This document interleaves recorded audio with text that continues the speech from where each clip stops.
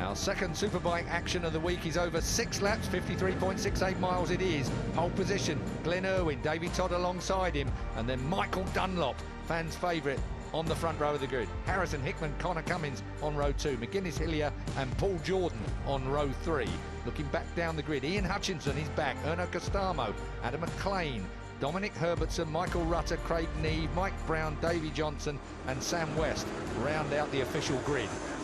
Lights are on and they're out. Now then, will it be Davey Todd? He got a little bit of a slip there and all of a sudden Glenn Irwin was trying to pinch the whole shot off him and he gets it. Irwin then gets across Davey Todd for the first time, just what he wanted. As we go down the avenue, that is Millbank Avenue, and over Primrose Hill into the braking area for the first time.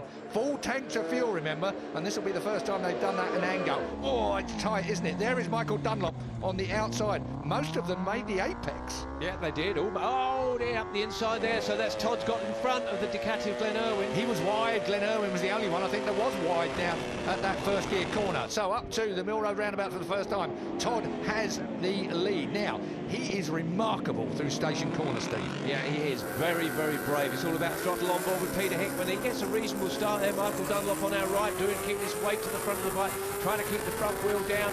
That is Dean Harrison, nips around the outside, so not a brilliant start there for Peter Hickman. Now we saw Glenn Irwin blast the lap record on Thursday. He did a 4:16. It was something like 2 seconds underneath the lap record. Won't be getting that, I don't think, at the 6-lap race, because they will have to conserve tyres, or they won't have any left by the time they get to the end of it. But still in the slipstream, then here we go. It is Davey Todd out front of the Ducati man. The Hager Ducati looks to go to the outside of the BMW. Davey Todd, does he make it? Oh, yes. Force it to fit on the opening lap. So Glenn Irwin, well, trying to get his elbows out pretty early in this race, if you ask me. Yeah, Dunlop sitting there in third position as they go up to the roundabout right now. But not only will I don't think they'll break any lap records, it's the wind on their face is going to slow these lap times down, even down to University. Even the big bikes, doesn't it? It affects them all. The wind at the moment, it has changed. Beautiful clear sky. Temperature on the track is going up and up and up. Probably the highest temperature we've had here track-wise for some years. I would think almost certainly. Oh, Davey Todd, he's loose, isn't he, when he's in the braking area. Rear wheel in the air, up behind Glenn Irwin then. So Irwin leads on the number 1 bike. We're on with Peter Hickman. He's got work to do. You can see where that work is beginning, with the riders up the road just a bit further than he might have liked. Yeah, you've got to remember that the first... Dunlop down. And he didn't stop. He's got to stop, otherwise he gets a penalty. He went straight through, so he's going to get a 10-second penalty for that. Now, how's that going to shake out when we get to the flag? He's got time to make up time, but really, you could have done without that. Well, Dean Harrison's down the inside of him. Is he going to get into the Metropole first? It's going to be close. Harrison lets him go through there, but Harrison must know, if he's read the regulations, that he's now in front of Dunlop with that 10-second penalty. That Hawk bike that basically Dunlop is riding as well, it's not fully fettled just yet. It's certainly a Superbike, but has it got a Superbike motor in it? No. That's been the question all week. I think it's a stock motor pretty much, with the right fork swinging arm and brakes on it from the Superbike. Dean Harrison doing a great job on what is a standard bike. So realistically, Dean Harrison is only on the proper super stock spec machine, which means out of the showroom. Well, he ain't going bad on it, is he? We're with Dean Harrison right now, and there is Dunlop behind him. So the number 6, who will be getting the penalty, that is for sure. Once the organisers shake down what he's just done at the chicane, he went straight through when he should have stopped, put his foot down, and then blasted off to give himself an adequate penalty on track. Now then. Into the final corner. Oh, Dean Harrison went straight on. He did. Did he push the front? No, he was going in too hot, I think. Yeah, I think he probably did push the front. Going in there way, way hot. Dunlop out on the curve there now. Must be getting some signals. But let's have a look. It just missed the apex. He was a little too hot maybe, and lent on the front. He will have felt it more than we saw it, that's for sure. Side by side then. Oh, great camera. Todd and Glenn Irwin, absolutely side by side. These bikes are 210 mile an hour they've been going at this week.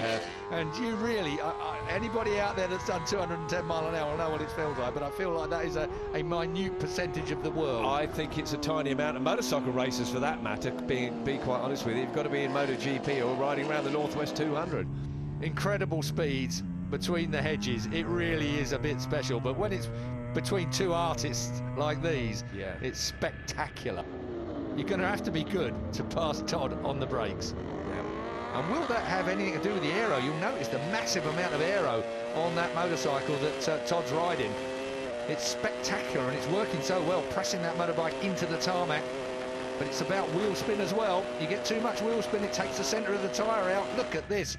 In the slipstream then, the Ducati's winding itself up. Then they switch to the right-hand side. It's obviously a bit smoother on the left, and then they switch to the right to get the line into the Macroboy here. Yeah, riders have a different way of avoiding the manhole covers here, don't they? Some go left, some go right, but it's all about preference, where what bumps interfere with them the most. So they try to avoid them, obviously. Look, you can see that tyre. That's the hard section they have in the centre of the tyre to stop it blowing out in these high speeds, and there we go. Hager Ducati, but on the brakes, still, it is Davy Todd that is the master. Whether that's by choice for Glenn Irwin, he's just easing himself into a position with Davy Todd.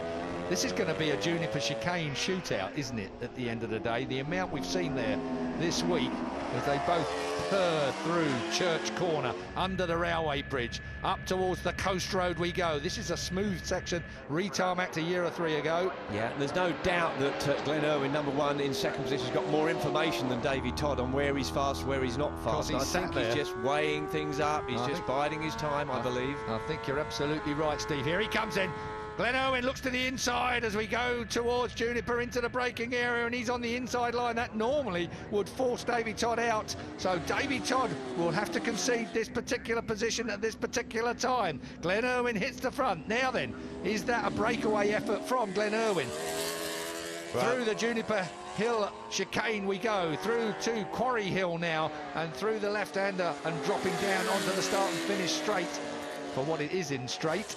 Through the left-hander, flick right. Right, last lap flag will be out. There it is, the yellow with the cross on it. Now it's chance for Davy Todd to weigh things up, but he's only got the corners remaining on this lap to do a back marker. That's not going to be good fun. No, that really isn't. If you catch them at the wrong time, and they are really, the disparity between some of these riders compared with the top line works, boys, is considerable. Now then, down towards York. This is going to be a bit of a melee. Over Primrose we go, and Glenn Irwin's gone through. Oh, that's a hard way round. Davy Todd had to go round the outside. Trouble is, you don't know where they're going to go when they've been shocked by the rider in front. No, and you're using lines that you've never used before as well. But anyway, they're both through nicely, and we just see this, about 8 miles remaining of this. So up towards the Mill Road roundabout. Now, watch this. Through the Mill Road roundabout, they scurry their way through here. They're both pretty equal here, but from this point, the first crack of the throttle, watch Davy Todd. He starts to build with that BMW. The gap stays the same, but when we get to Station Corner in just 100 yards, 150 yards time, you watch how quick Davy Todd is through here. He closes down Glenn Irwin massively. Right, here we go. Tip it in, almost flat out. It will be flat out, I believe, for the BMW.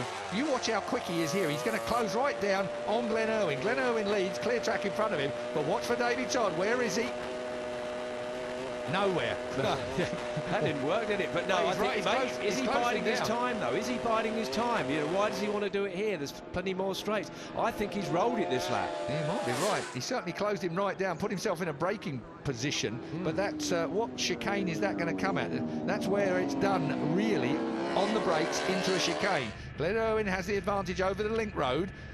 Can Glenn Irwin just stretch that lead enough that Davy Todd cannot get beside him into a braking area? That's the key issue here. So Todd lines himself up. Then they flick right. Watch for this. You don't want to wheel spin over that crown of the road here too much. Now then, flat out, down towards the Mathers chicane next. Todd's not close enough into the braking area here. Is that by choice?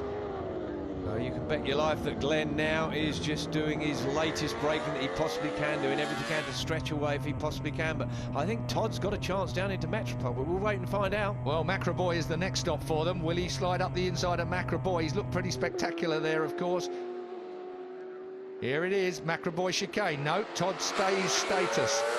Is in second place. We're talking about Michael Dunlop back in third place, by the way. James Hillier and Michael Rutter are back in fourth and fifth place at the moment, and that's on corrected time. Here we are, Metropole. Glenn Irwin leads. One last chance then. It's going to be Juniper chicane as they blast out here. There's no way that Davy Todd can get underneath Glenn Irwin, I don't believe. The crowd going absolutely nuts. I think Davy Todd thinking about that final chicane into the bet and win chicane there, but he's got to get down the inside. He's really close. He's going to go for it. He's up the inside. No, he's not up the inside. I thought he was going to make an early break there. Oh, back marker, that's going to be a problem. So through. It's gone. Oh, it has. It's really just took his eye line line, and that is a real snag there for Davy Todd. He's shaking his head. That was his last opportunity. You just don't know where a back marker is going to go. Couldn't have been worse. And that's what took his eye line, and so Glenn Irwin is going to make it yet another Superbike win. This is a superb record for him. His 10th Superbike win then here at the Northwest 200 under the checkered flag. Disappointment for Davy Todd. Couldn't have been worse, could it? No, you got to feel sorry for him, but Glenn Irwin got it bang on. Oh, Peter Hickman, he's run out of fuel. He's shaking it from side to side. Yeah, he is. You're absolutely right. Glenn Irwin, Davy Todd, Michael Dunlop, some way back, he still kept that third. James Hillier, Michael Rutter, Ernest Costamo, Craig Neve, David Johnson, Dominic Hervison and Michael Evans, the top 10.